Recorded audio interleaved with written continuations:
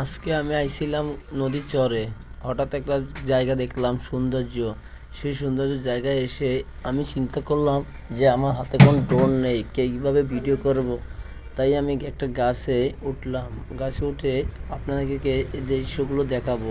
কীভাবে যে গাছে উঠলে দৃশ্যগুলো ছিল অনেক সুন্দর। নিচ থেকে দৃশ্যগুলো কিন্তু ভালো দেখা যাচ্ছে না।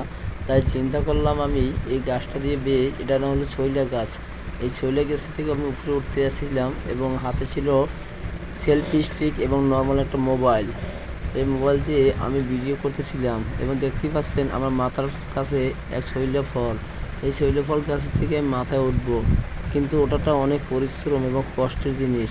কিন্তু একটা যে কোনো জিনিস কষ্ট করতে হলে, কিছু কাজ করতে হলে কষ্ট করতে হবে। তাই আমি উপর দিকে উঠতেছিলাম, দেখি যতই বিপদ হোক কিন্তু আমার উপরে উঠতেই হবে।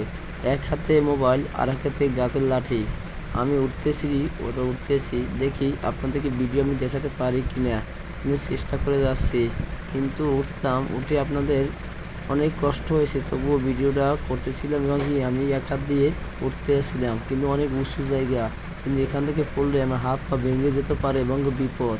আমার সাথে কোনো সঙ্গী সাথী ছিল না, কিন্তু আমি একাই এখানে একটা নিঝুম জঙ্গল এবং সাগর পার। দেখি আপনাদের এই ভিডিওটা দেখাতে পারি কি না আমি পুরোটো। কিন্তু আমি শিল্পীটিকে অনেক লম্বা করে ভিডিও করতেছিলাম, তখন দেখেন কাকগুলো আমাকে আক্রমণ করতেছিল, খেতে আওয়াজ করতেছিল কাকগুলো।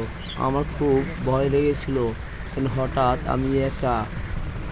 দেখেন কাকের আওয়াজ, কীভাবে কাকের আওয়াজ। আমি ভয় পেয়েছি অনেক যে কাকগুলো আমাকে ঠুরাবে, কিন্তু এখানে কেউ আশেপাশে নেই, আমার কেউ নেই, সাথী কেউ, কোনো সঙ্গী সাথী ছিল না। এটা একটা ভয়ঙ্কর একটা জায়গা, নিঝুম এক জায়গা।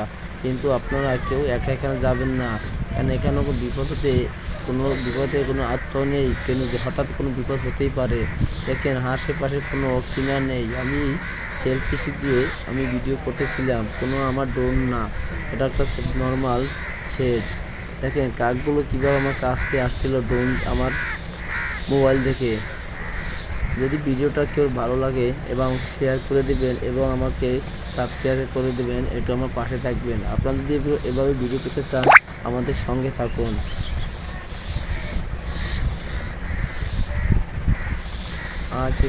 আজ এখানেই শেষ। আল্লাহ হাফেজ।